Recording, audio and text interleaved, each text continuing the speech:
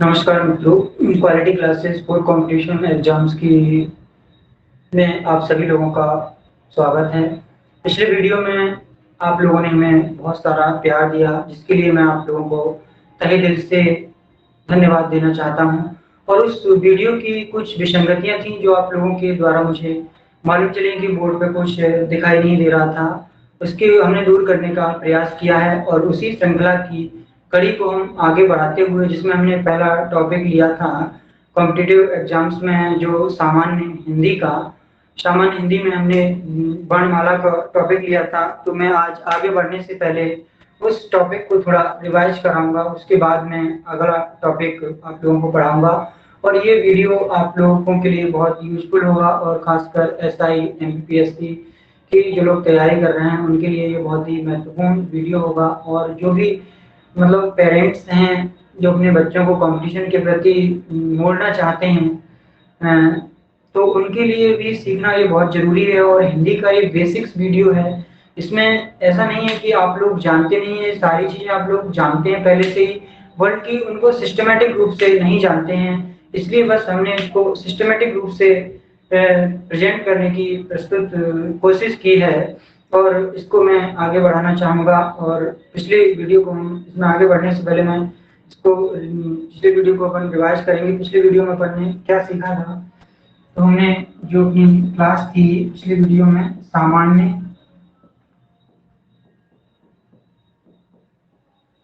हिंदी की क्लास थी, जिसमें हमने सबसे पहले वर्णमाला को प्राथमिकता दी थी। वर्णमाला को ही क्यों प्राथमिकता दी थी इसके बारे में हमने बताया था कि वर्णमाला क्या होती है। वर्णमाला हिंदी का एक प्रवेश द्वार है। इसी के द्वारा संधि, समास, उपसर्ग, प्रत्यय और वर्तनी स्पेलिंग करेक्शन सही होता है। तो इसको हमें जानना सबसे पहले बहुत महत्वपूर्ण टॉपिक है। इससे हिंदी के आपको एक हिंदी को समझने की आपके अंदर एक समझ विकसित होगी। वर्णमाला सीखने से आप कोई भी टॉपिक पढ़ेंगे तो ये उसमें आपकी एक बेसिक मतलब आधारभूत भूमिका अदा करेगी। तो हम सबसे पहले इसको पढ़ चुके हैं, अपन रिवीजन करते हैं इसको। वर्णमाला हमने बताया था उस दिन। वर्णमाला क्या होती है? वर्णमाला वर्णों का जो व्यवस्थित समूह होता है उसे हम वर्णमाला कहते हैं। वर्णमाला में हमने सीखा था वर्ण। वर्ण क्या होते हैं? वर्ण भाषा की सबसे छोटी मौखिक इकाई को हमने बताया था। भाषा की सबसे छोटी मौखिक इकाई ध्वनि होती है। ध्वनि के लिखित रूप को वर्ण कहा जाता है।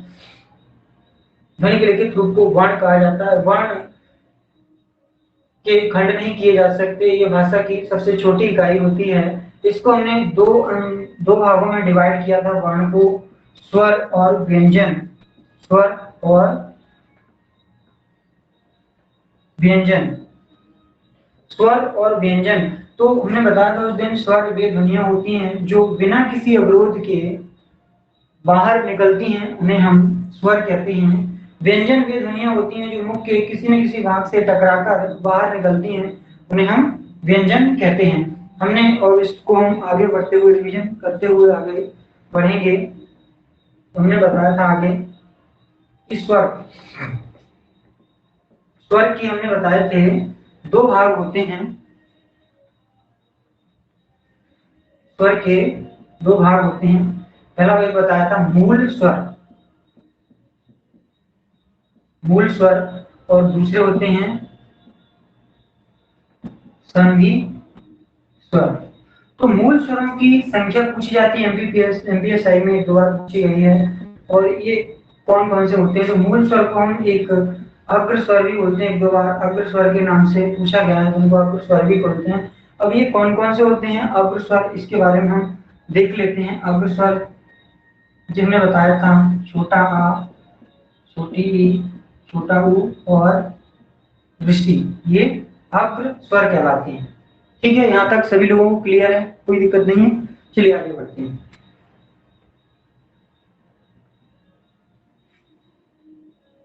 तो अब हम बात करेंगे संधि स्वर। संधि स्वर हमने बताया था कि दो स्वरों के मिलने से बनने वाले स्वर क्या कहलाते हैं? दो स्वरों के मिलने से बनने वाले स्वर संधि स्वर कहलाते हैं।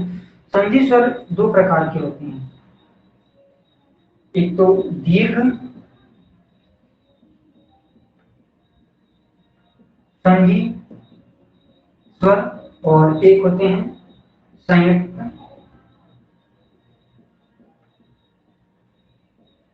संयुक्त संधि स्वर। एक होते हैं दीर्घ संधि स्वर, दूसरे होते हैं संयुक्त संधि स्वर। अब दीर्घ जो संधि स्वर होते हैं वो क्या होते हैं, जब दो समान स्वर मिलकर, दीर्घ संधि स्वर के अंदर क्या होता है, जब दो समान स्वर मिलकर एक नया स्वर बनाते हैं तो हम उन्हें दीर्घ संधि स्वर कहते हैं।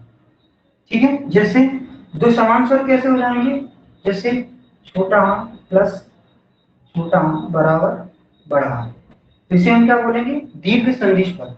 इसके अलावा छोटी प्लस छोटी बराबर बड़ी, तो इसमें दोनों समान स्वर मिलकर एक नया स्वर बना रहे हैं, तो ये दीर्घ संधि स्वर। छोटा u प्लस छोटा u बराबर क्या हो जाएगा, बड़ा u। तो इसमें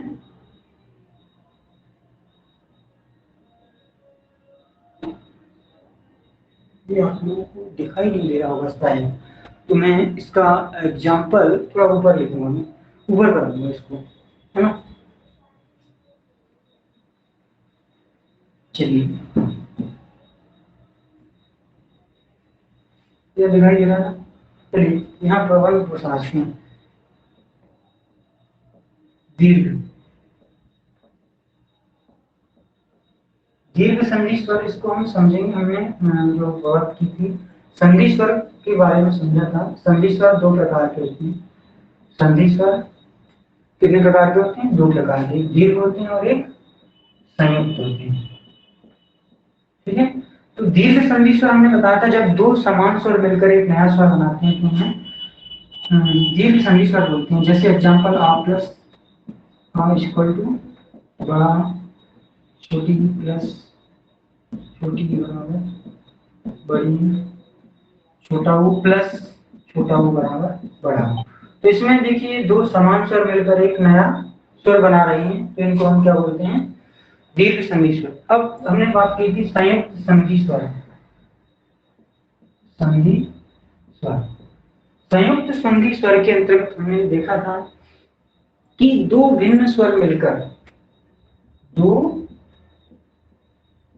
भिन्न स्वर दो भिन्न स्वर मिलकर क्या करते हैं, एक नया स्वर बनाते हैं, तो हम उन्हें संयुक्त संधि स्वर कहते हैं। अब हमने इस देखिए अपन देखें, इसका एग्जांपल देखते हैं। जैसे आ प्लस ई बराबर क्या हो जाता है, ई छोटी है। आ प्लस ई बराबर आई हो जाता है। इसमें दो भिन्न स्वर मिल रहे हैं, तो भिन्न स्वर मिलकर एक नया स्वर बना रहे हैं। ठीक है, इसी में आगे अपन देखते हैं। आ प्लस u बराबर क्या हो जाता है, ओ। आ प्लस o बराबर क्या हो जाता है, औ। तो इसका प्रयोग हम कहाँ करेंगे, वृद्धि संधि के अंतर्गत करेंगे, गुण स्वर संधि और वृद्धि स्वर संधि में हम उनका यूज करेंगे। और इसका अपन ने जो दीर्घ संधि स्वर है, इसका उपयोग हम दीर्घ स्वर संधि में करेंगे। तो इनकी एक महत्वपूर्ण भूमिका होती है। तो ये आप लोगों को आशा करते हैं कि आप लोग समझ गए होंगे इस चीज को। और अब हमने बताया था, इसमें आगे बढ़ते हैं।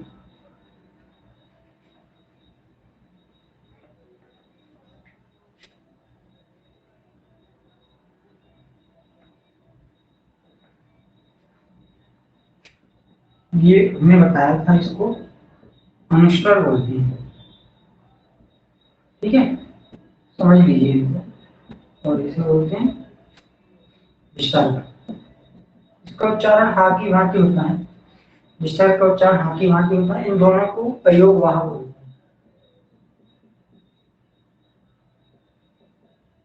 अयोगवाह, इन दोनों के संयुक्त रूप को अयोगवाह, इन दोनों के संयुक्त रूप को हम क्या बोलते हैं, अयोगवाह। ठीक है, इसके अलावा एक क्या होता है, प्लुत प्लुत स्वर होता है, जिसमें हम एक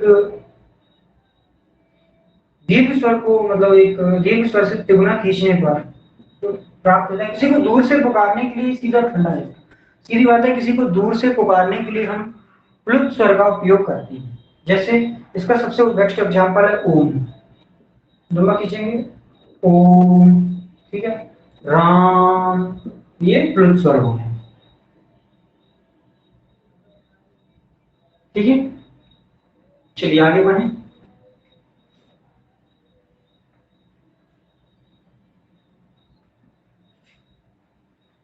अपन आगे बढ़ते हैं। इसमें हमने एक चीज सीखी थी, यहाँ स्वरों की संख्या के संबंध में अगर क्वेश्चन आता है तो संख्या कितनी है?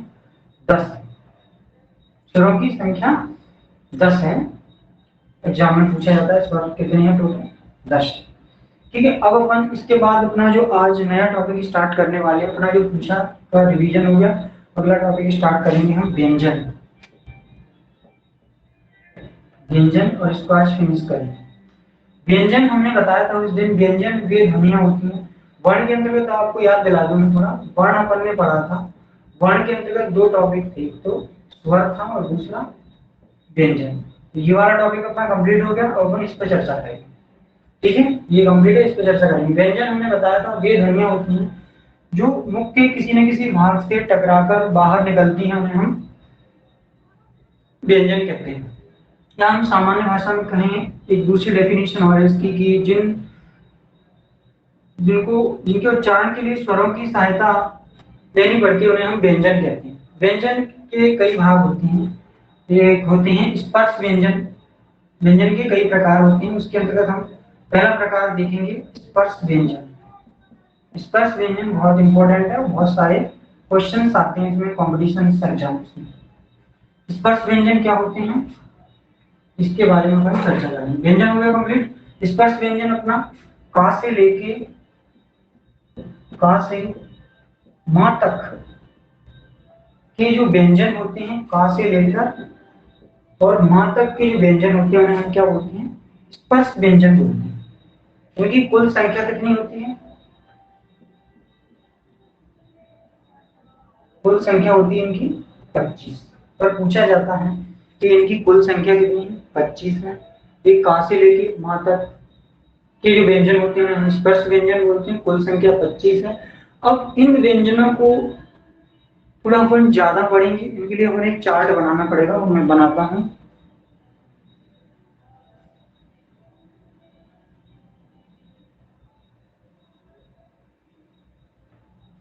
ठीक है, हम यहाँ एक घड़ी लिख देते हैं स्पर्श व्यंजन। ये तो अपन को मालूम है इनकी संख्या कितनी है?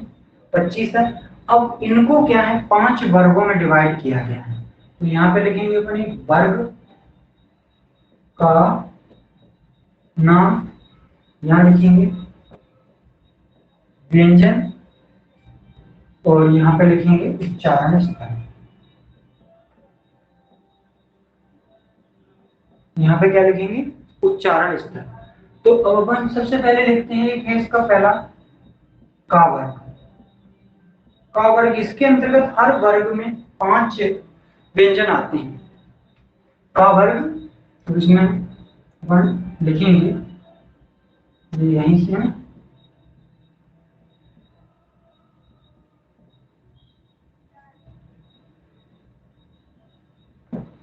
ठीक है, तो ये सभी के नीचे हलंत जरूर लगा होगा। ये व्यंजन की असली फॉर्म ये हलंत युक्त ही होता है, इसलिए व्यंजन संधि का नाम व्यंजन संधि पड़ा हुआ है।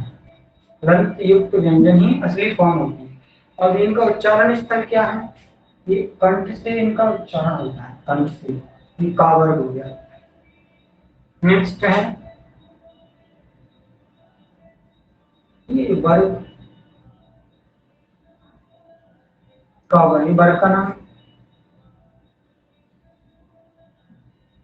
नेक्स्ट है चावल, इसके अंतर्गत भी 5 आते हैं।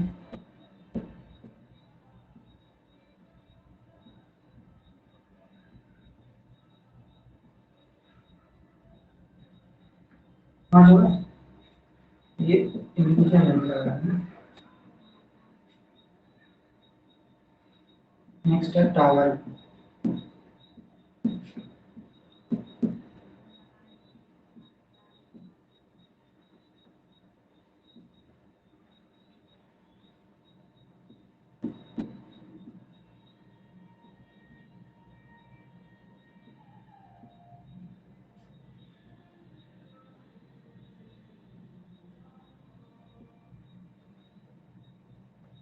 पावर।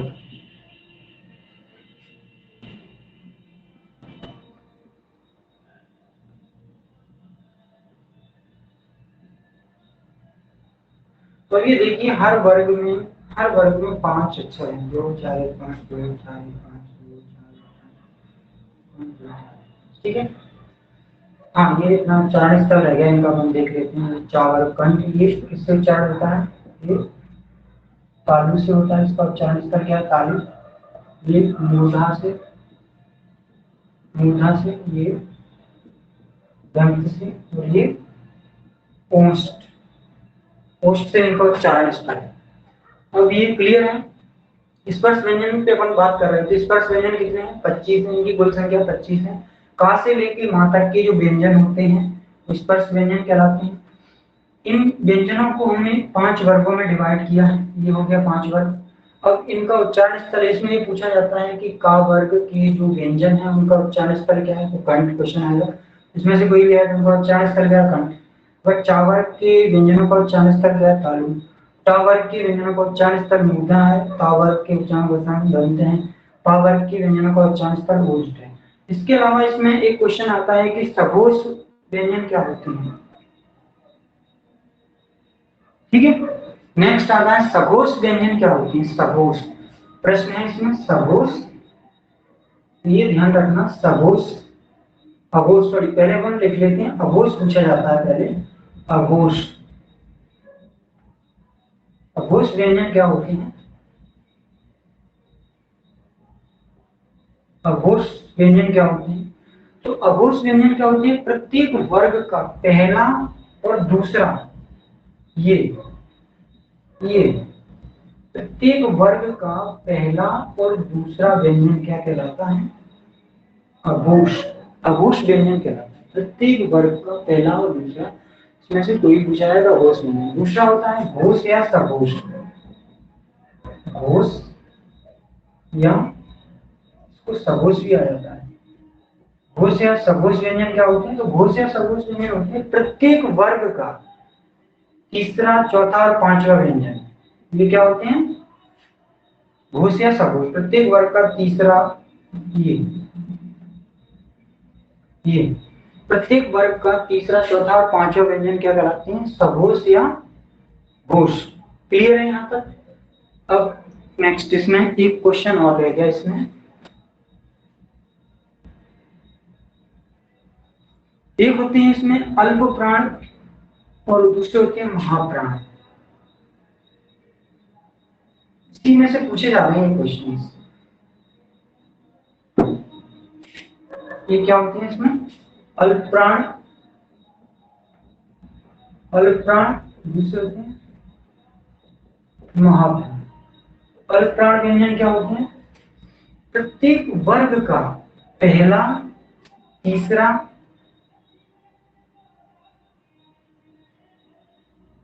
और पांचवा, ये क्या कहलाते हैं? अल्प प्राण व्यंजन कहलाते हैं। पहला, तीसरा और पांचवा ये क्या कहलाते हैं? अल्प प्राण व्यंजन कहलाते हैं। और महाप्राण के लिए मैं थोड़ा एक सिंपल सा आप लोगों को एक ट्रिक बता दूंगा।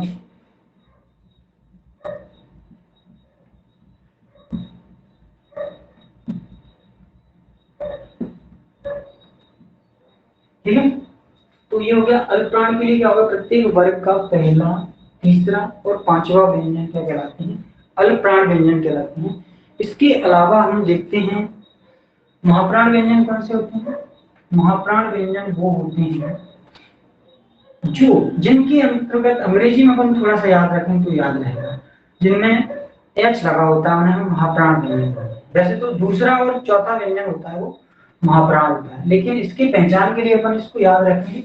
जिन व्यंजनों की ट्रिक है इसमें, जिनके अंग्रेजी में एच लगा होता है वो व्यंजन क्या होते हैं? महाप्राण। से खा है, के एच लगा है, गा है, जी एच लगा है, बस चा इसका अपवाद है। महाप्राण व्यंजन का क्या है?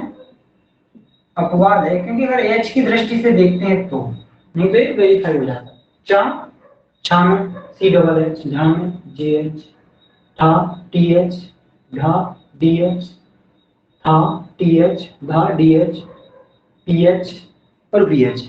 ये क्लियर है? अल्पप्राण और महाप्राण व्यंजन, मुझे आशा है कि आप लोगों को ये क्लियर हो गए होंगे। अब अपन आगे बढ़ते हैं, श्रृंखला को आगे बढ़ती है ना। ये टॉपिक बहुत महत्वपूर्ण है और इससे क्वेश्चन हर एग्जाम्स में आते हैं, इसलिए इसको एक बार अच्छे से मैं पढ़ा देता हूँ आप लोगों को, तो फिर आप लोगों को कभी किसी एग्जाम में परेशानी नहीं पड़ेगी। नेक्स्ट है अंतस्थ व्यंजन।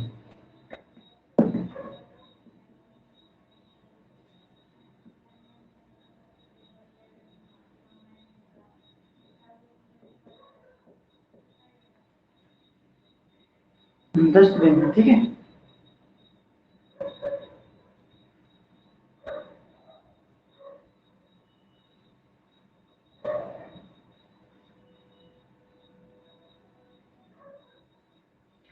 तो अंतस्थ व्यंजन क्या होते हैं? जिन व्यंजनों के उच्चारण में श्वास वायु में नाम मात्र का अवरोध होता है उन्हें हम अंतस्थ व्यंजन कहते हैं। इतना याद रखना है इनके बारे में। अंतस्थ व्यंजन क्या होते हैं? जिनके उच्चारण में श्वास वायु में नाम मात्र का अवरोध होता है उन्हें हम अंतस्थ व्यंजन कहते हैं। जिनकी ये कौन कौन से हैं? या, रा, ला और वा। इनकी संख्या 4 है। अंतस्थ व्यंजनों की संख्या कितनी है? 4 है, ठीक है। इसके अलावा कुछ जैसे क्वेश्चन है बेसिक, या और व को अर्धस्वर कहते हैं।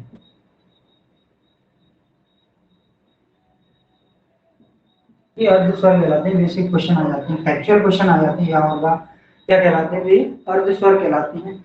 इसके अलावा एक रा है, रा को प्रकंपित व्यंजन बोलते हैं। प्रकंपित क्यों बोलते हैं? क्योंकि इसके उच्चारण में जीव की जो नोक होती है वो कांपती रहती है। ये ध्यान रखना। रा को हम प्रकंपित व्यंजन कहते हैं क्योंकि इसके उच्चारण स्थल में जीव की नोक कांपती रहती है। नहीं तो आप टेस्ट करके बोल के देख लीजिए, रा रा, ठीक है। इसके अलावा ला है,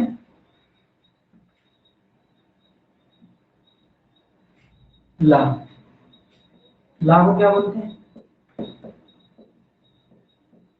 पार्श्विक व्यंजन बोलते हैं। ला को क्या बोलते हैं? पार्श्विक व्यंजन बोलते हैं। किसको? ला को पार्श्विक व्यंजन क्यों बोलते हैं? क्योंकि इसके उच्चारण में जीव की नोक, जीव खड़ी हो जाती है बीच में, सीधी बात है। ला को पार्श्विक व्यंजन बोलते हैं, इसके उच्चारण में जीव बीच में खड़ी हो जाती है। क्लियर है दोनों? नेक्स्ट आगे बढ़ते हैं।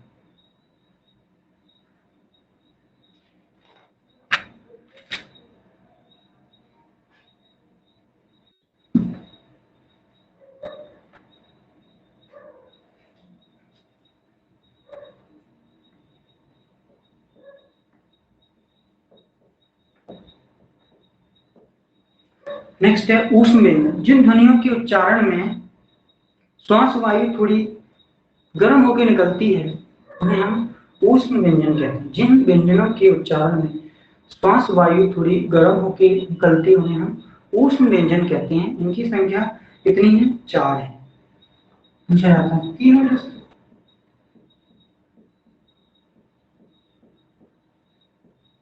ठीक है, ये सा है, इनका क्या डिफरेंस है इनमें? मैं तो ये इनको अलग अलग लोग बोलते हैं, 3 सा है, लेकिन हम इनको उच्चारण स्तर के आधार पर बोलते हैं। ये इसका उच्चारण स्तर क्या है? तालु है, मूर्धा है, मूर्धा है, और ये दंत सा बोलते हैं इसको, दंत सा। और हा को कंठ, हाँ कंठ है। इसका उच्चारण स्तर क्या है? कंठ। तो ये सा होते हैं तीनों, इनका अपन प्रयोग करके देख सकते हैं। अगर तीनों सा को अपन कैसे पहचान करते हैं, जैसे अपन निश्चय लिखते हैं तो इसमें कौन सा सा यूज करेंगे? ठीक है, सॉरी, इसमें लिखेंगे, ये हमने लिख दिया ये वाला सा, निश्चय ऑटोमेटिकली आ रहा है। जैसे कष्ट लिखना, कष्ट, तो इसमें मूर्धन्य सा का उपयोग करेंगे। और सस्ता लिखना है, इसको सस्ता लिखना है तो अपन इसमें दंत सा का उपयोग करेंगे। क्लियर है? तो ये अपन को ऊष्म व्यंजन क्लियर है। इसमें ऊष्म व्यंजन, इन व्यंजनों के उच्चारण श्वास वायु थोड़ी गर्म होकर निकलती है, इनको हम ऊष्म व्यंजन बोलते हैं। इनकी संख्या 4 है और इनके उच्चारण स्थल ये हैं, इनके नाम ये हैं। और ठीक है, नेक्स्ट अपन आगे बढ़ते हुए इसी श्रृंखला में।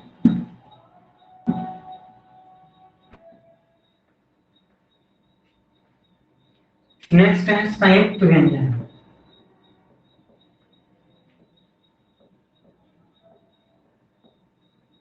नेक्स्ट है संयुक्त व्यंजन। तो संयुक्त व्यंजन वो होते हैं जिनके उच्चारण, संयुक्त व्यंजन वो होते हैं जो दो व्यंजनों से मिलके बने होते हैं। बहुत क्वेश्चन पूछे जाते हैं, बहुत इंपॉर्टेंट है। ऐसा है जाने कितनी बार पूछा गया होगा, संयुक्त व्यंजन कौन कौन से हैं, किस किस व्यंजन से मिलके बने होते हैं, उन्हें हम संयुक्त व्यंजन कहते हैं। तो संयुक्त व्यंजन दो वर्णों के मेल से बनने वाले व्यंजन क्या कहलाते हैं, संयुक्त व्यंजन कहलाते हैं। तो ये कौन कौन से हैं हम देख लेते हैं संयुक्त व्यंजन। छ, त्र, ज्ञ और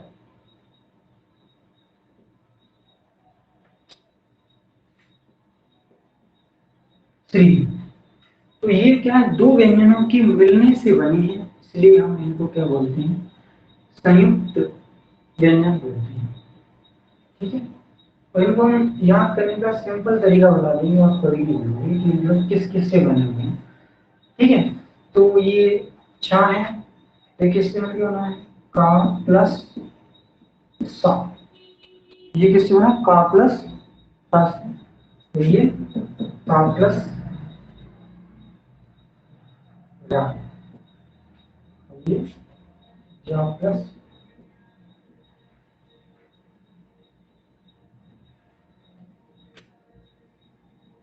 सा प्लस जा।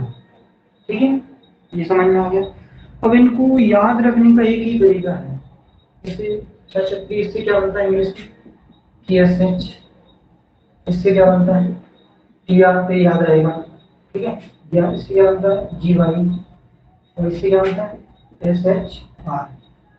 ठीक है, तो ये अपन इसको याद रखेंगे तो उनको याद आ जाएगा। तो इनका याद करने का सिंपल तरीका। ठीक है, अब इस श्रृंखला को अपन आगे बढ़ाते हुए चलते हैं।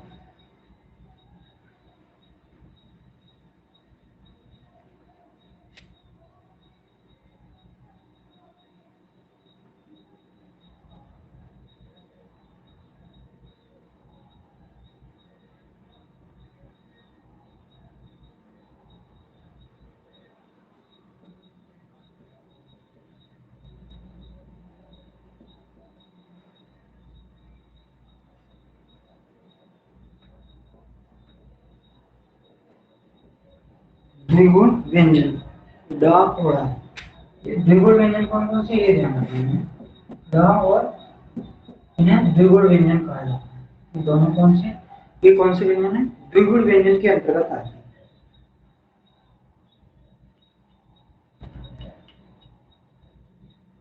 ठीक है, इसके अलावा अपन ने एक अनुनासिक जो पढ़ा था कि जो इसमें थोड़ा सा रह गया था कि अनुनासिक अपन किसे बोलते हैं। जैसे इस पे एक चंद्र बिंदु वाला होता है, इसको हम क्या बोलते हैं, अनुनासिक। ये स्वर के अंतर्गत आता है, इसे हम क्या बोलते हैं, अनुनासिक। इसके ऊपर ये होता है अनुनासिक होता है, जिसके अनुनासिक बोलते हैं जिसको, और जिसका नहीं होता उसे निरनुनासिक बोलते हैं, सीधा। ठीक है, इसके अलावा अपन ने एक बात प्लुत स्वर के बारे में अपन कर चुके हैं चर्चा। अब थोड़ा अपन पढ़ेंगे,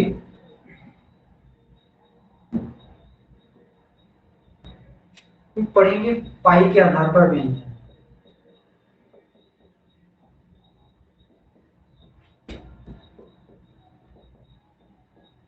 ठीक है, पाई के आधार पर व्यंजन, जी शायद आप लोगों ने हिंदी में पहली बार सुन रहे होंगे कि पाई कहाँ से आ गया, ये मैथ्स का इसमें। तो ये पाई व्यंजनों में थोड़ा इसमें जो डंडा होता है उसको हम पाई बोलते हैं। तो पाई के आधार पर व्यंजन कितने होते हैं, ये तीन प्रकार के होते हैं। पाई के आधार पर व्यंजन कितने प्रकार के होते हैं, तीन प्रकार के व्यंजन होते हैं। ठीक है, तो अपन पहले लिखेंगे पाई युक्त,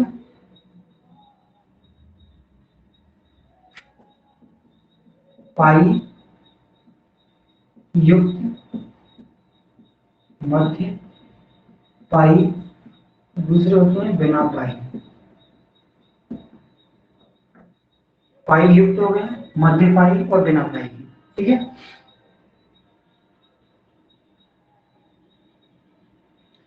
जैसे पाई युक्त कौन से, जैसे खा है, इसमें एक डंडा लगा हुआ है लास्ट में, ये पाई है। एक खाना, ये पाई है। इसके अलावा जैसे गा है, इसमें ये डंडा लगा हुआ है, तो ये क्या है, पाई है। क्लियर। और जैसे मध्य पाई, जिसमें बीच में पाई है, जैसे का और फा, इसमें बीच में पाई लगा हुआ है, और इसका ये फा। अब उसमें इनको बिना पाई के व्यंजन कौन से हैं? जैसे टा, डा, और भी बहुत सारे, और आप लोग अनुमान लगा सकते हैं। अब इनको ये सीखना है पाई को, कि जब हम इस व्यंजन को जोड़ते हैं तो इनकी दूसरे व्यंजन के साथ जोड़ते हैं, तो हम इसमें से पीछे का डंडा खा देते हैं, मतलब पाई हटा देते हैं और जोड़ देते हैं। इसमें से अपन ये करते हैं, जोड़ देते हैं। अब इसमें जब अपन किसी व्यंजन के साथ इसको जोड़ते हैं, का को और फा को, तो इनकी पीछे की टेल है, पूंछ है, इसको हटा के अपन दूसरे व्यंजन के साथ इसको जोड़ देते हैं। इसके अलावा इसमें अगर बिना पाई के व्यंजनों को जोड़ना होता है, तो हम जैसे इनको अपन को बता देते हैं। जैसे अपन ने लिखा, जोड़ दिया ना कि ज्ञान, तो ये इसके साथ जोड़ दिया, ये हो गया ज्ञान। अब इसको जोड़ना है अपन को, क्या लिखना है, तो ये हटा दिया, इसमें ये जोड़ दिया। अब जैसे मिट्टी लिखना है, तो ये बिना पाई के व्यंजन होते हैं, इनमें हलंत लगा के जोड़ते हैं। जैसे इसमें जोड़ दिया ना मिट्टी। क्लियर है ना ये? चलिए, तो ये हो गया अपना पाई।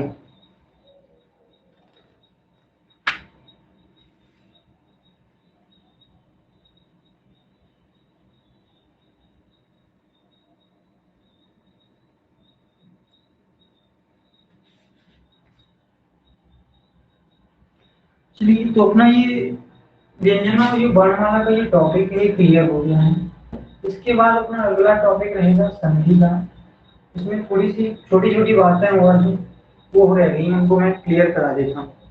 जैसे हिंदी की जो प्राचीन लिपि है, हिंदी की जो प्राचीन लिपि थी वो ब्राह्मी थी, और वर्तमान कौन सी है, देवनागरी। वर्तमान हिंदी की लिपि कौन सी है, देवनागरी है। ब्राह्मी में जो वर्णों की संख्या थी, ब्राह्मी में, ब्राह्मी लिपि में जो वर्णों की संख्या थी, वर्णों की संख्या कितनी थी, 52 थी। ब्राह्मी में वर्णों की संख्या कितनी थी, 52 थी। देवनागरी में,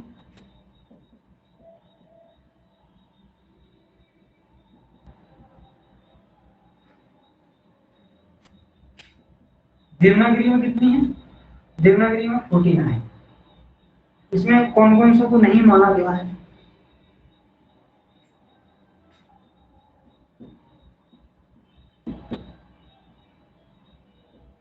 इनको इसमें नहीं माना गया। देवनागरी लिपि में इसमें किस किस को नहीं माना गया, 49 थी, ब्राह्मी में 52, देवनागरी में 49, इस तीनों को इसमें नहीं माना गया। ठीक है।